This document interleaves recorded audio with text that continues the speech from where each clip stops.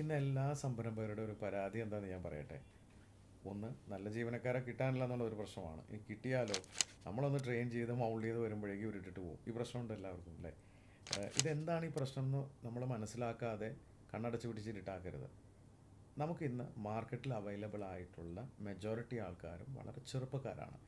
അപ്പോൾ നമ്മളൊരു ശരിക്കും ഒന്നൊരു ഏജ് ഡെമോഗ്രാഫി എടുത്ത് ഒരു ഏജ് പാറ്റേൺ എടുത്ത് നോക്കിക്കഴിഞ്ഞാൽ നമുക്കിവിടെ ജെൻ എക്സ് എന്ന് പറയുന്നത്, ഞാനൊക്കെ ഒരു ജെൻ എക്സ് കാറ്റഗറി, അത് കഴിഞ്ഞ് വന്ന ജനറേഷൻ ജെൻ വൈ എന്നാണ് പറയുക. അത് കഴിഞ്ഞ് വന്നത് ജെൻ സി ആണ്. ജെൻ സി എന്ന് പറയുന്നത് അത് കഴിഞ്ഞാൽ ആൽഫ കിഡ്സ് എന്നാണ് പറയുക. ജെൻ സി എന്ന് പറയുന്നത് ഒരു 1995-96 ശേഷം ജനിച്ചവരാണ് ഇവർ. ഒരു 2019 ഗ്രാജുവേറ്റ് ചെയ്തവരായിരിക്കാം. പക്ഷെ ഇവർ അതൊക്കെ കഴിഞ്ഞിട്ടാണ് ഇവർ ജോലിക്ക് വരുന്നത്. അപ്പോൾ ഇന്ന് മെജോറിറ്റി ആൾക്കാരും ഇവർ ടെക്കികളാണ്. നമ്മൾ ആദ്യം മനസ്സിലാക്കേണ്ടത് ടെക്നോളജി നന്നായി ഇവർക്ക് അറിയാം, പക്ഷെ ഇവർക്ക് ഹ്യൂമൻ സ്കിൽസ് ഇത്തിരി കുറവായിരിക്കാം. പക്ഷെ ടെക്നോളജി ഇല്ല. അപ്പോൾ അതുകൊണ്ട് ഈ ടെക്നിക്കൽ സ്കില്ല് വെച്ചിട്ട് അവർക്ക് വിജയിക്കാമെന്നറിയാം. അതുകൊണ്ട് അതിൻ്റെ പുറകെ പോകുന്നതാണ്. അപ്പോൾ ഇവർക്കൊരു പ്രശ്നം, ഇവർ ഫെയിലിയറിനെ ഉൾക്കൊള്ളാനാവില്ല അവർക്ക്. ആ തലമുറ അങ്ങനെ തന്നെയാണ്.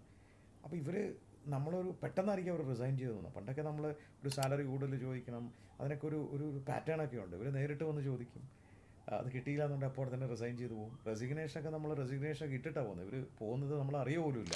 അപ്പോൾ ഇങ്ങനെ ചെറിയ ചെറിയ പ്രശ്നങ്ങൾ. പക്ഷേ അവരാരും പ്രശ്നക്കാരല്ല. ജെൻസി എന്ന് പറയുന്ന കാറ്റഗറിയെ നമുക്ക് കുറ്റപ്പെടുത്തിക്കൊണ്ടല്ല, നമുക്ക് അവരുടെ കൂടെ നിന്ന് അവരുടെ പ്രശ്നങ്ങൾ മനസ്സിലാക്കി അവരെ ഹാൻഡ് ഹോൾഡ് ചെയ്യാനേ പറ്റുള്ളൂ. വേറെ വഴിയില്ല എന്നുള്ളതാണ്. അപ്പോൾ ഇത്തരം ഈ ഒരു ജനറേഷനാണ് ഇനി അവൈലബിൾ എന്നുകൂടി മനസ്സിലാക്കി സംരംഭകർ അതിനെ കറക്റ്റായിട്ട് മാനേജ് ചെയ്ത് പോകാമെങ്കിൽ നമ്മൾ രക്ഷപ്പെടും.